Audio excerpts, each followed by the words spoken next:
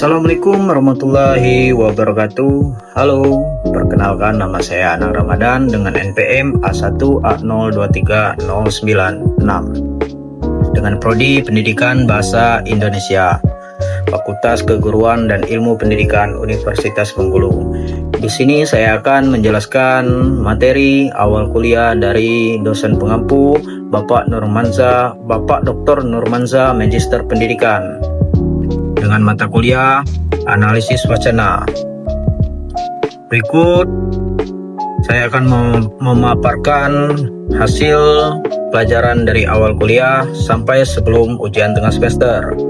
Hakikat dan analisis wacana. Wacana adalah satuan bahasa terlengkap dan tertinggi dalam hierarki gramatikal melampaui batas kalimat. Kata wacana berasal dari bahasa Sanskerta wak, yang berarti berkata atau berucap. Dalam konteks analisis, wacana merujuk pada satuan bahasa yang lebih besar dari kalimat yang memiliki makna dan konteks tertentu. Definisi wacana menurut pakar. Menurut Arik Jin dan kawan-kawan 2015, wacana adalah satuan gramatikal bahasa terlengkap di atas kalimat dan satuan gramatikal yang tertinggi dalam hierarki gramatikal. Menurut Kair 2007, wacana adalah satuan bahasa terlengkap dalam hierarki gramatikal berupa konsep, gagasan, pikiran, atau ide yang bersifat koheren dan bisa dipahami oleh pembaca atau pendengar. Analisis wacana. Analisis wacana adalah disiplin ilmiah dalam linguistik yang secara khusus mengkaji wacana, baik secara internal maupun eksternal. Inti analisis wacana yaitu studi tentang bahasa penggunaan. Analisis wacana pada hubungan kompleks antara struktur linguistik dan konteks sosial bahasa yang digunakan. Wacana mencakup semua bentuk semiotik, termasuk bahasa verbal, gambar visual, dan bahasa tubuh. Dalam komunikasi lisan, wacana dilihat sebagai proses komunikasi antara penyapa dan pesapa. Ciri-ciri wacana dan unsur pembangunan teks. Ciri-ciri wacana. Topik. Pernyataan pendek yang berisi hal luas sehingga dapat dipahami atau dimaknai oleh pendengar atau pembaca. Pengungkapan topik merupakan tindak tutur atau ekspresi tertentu dari penulis atau penutur. Kohesi dan koherensi. Kohesi adalah keterpaduan antara unsur sintaksis yang satu dengan yang lain, termasuk konteks dalam satu wacana. Koherensi yaitu rekaman kebahasaan yang berasal dari suatu peristiwa. Komunikasi yang utuh secara makna, tujuan atau fungsi. Wacana dapat berfungsi informatif, emotif, sikap, persuasif, dan asosiatif.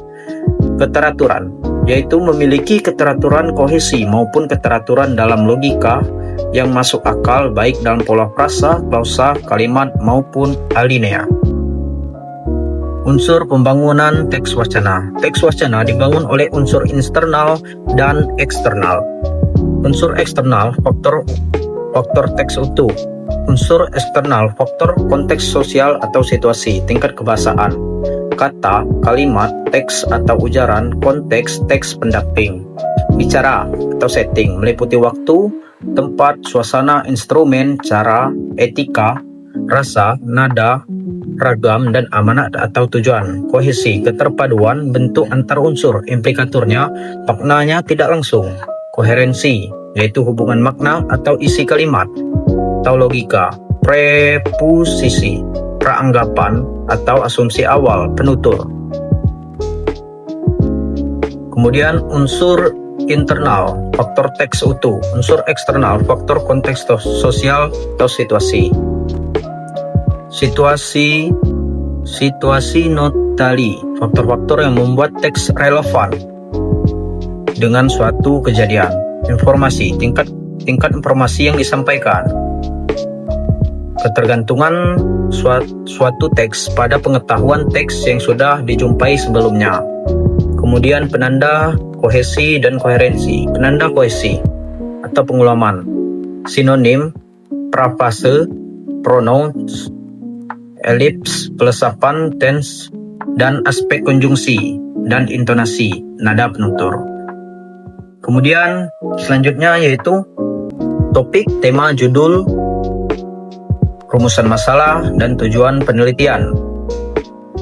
Kalimat elemen ini saling terkait dalam kerangka penulisan atau penelitian. 1.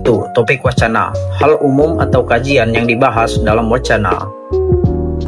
2. Tema wacana, landasan pembicaraan, titik vokal kajian yang menjadi tujuan yang akan dicapai melalui topik.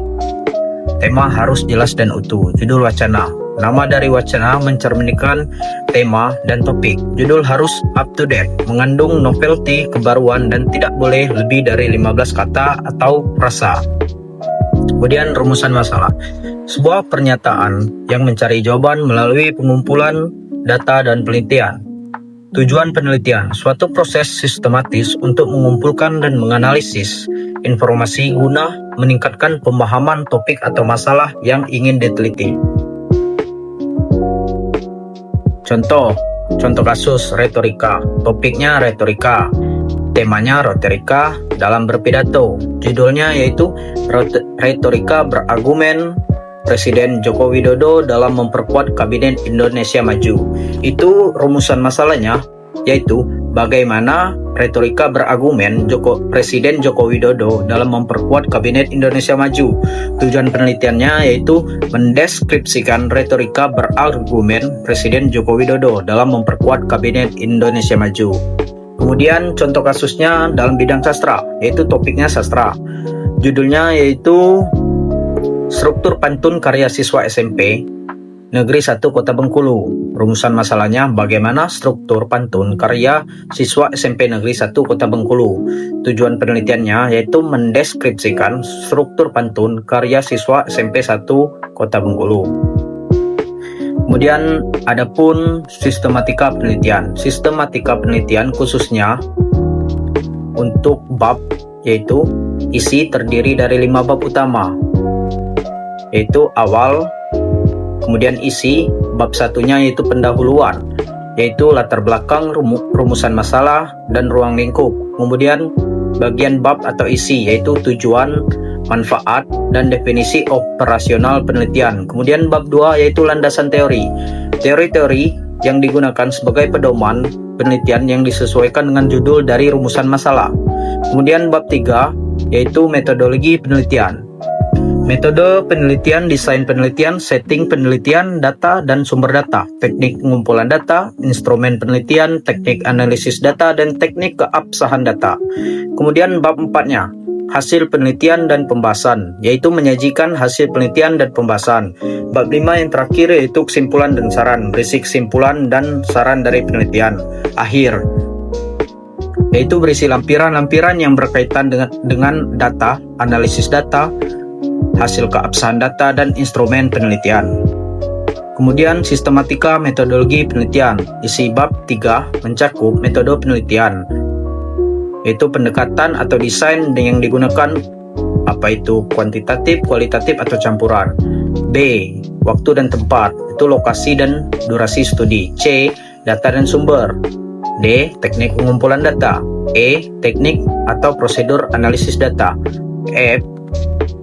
Uji keabsahan data. Kemudian uji keabsahan data kualitatif, yaitu kredibilitas, transferabilitas, dependabilitas, konfirmabilitas. Kemudian teknik analisis data. Etnografi studi kasus Denzim and Lincoln 2009 berfokus pada interpretasi, makna, dan fungsi tindakan manusia, melibatkan deskripsi tindakan dan menekankan penjelasan verbal, transkripsi, tanpa terlalu banyak bergantung pada kuantifikasi atau statistik. Kemudian Narif Craswell 2015 menjelaskan proses dimulai dengan mengidentifikasi fenomena dan memilih individu yang dapat memberikan cerita, melibatkan pengumpulan dan penceritaan kembali, diakhiri menulis cerita berdasarkan pengalaman. Penelitian historis Subana dan kawan-kawan 2005. Heuristik, menemukan sumber-sumber sejarah. Kritik, menyelidiki keaslian dan keabsahan jejak sejarah. Interpretasi, memaknai fakta-fakta sejarah. historiografi, yaitu penulisan hasil analisis dalam bentuk laporan. Itulah materi-materi yang telah diberikan oleh Bapak Nurmanzal dari awal kuliah sampai sebelum ujian tengah semester dengan mata kuliah analisis wacana. Saya akhiri dengan mengucapkan bila ada kesalahan kata, saya mohon maaf pada Tuhan, saya mohon ampun. Wassalamualaikum warahmatullahi wabarakatuh.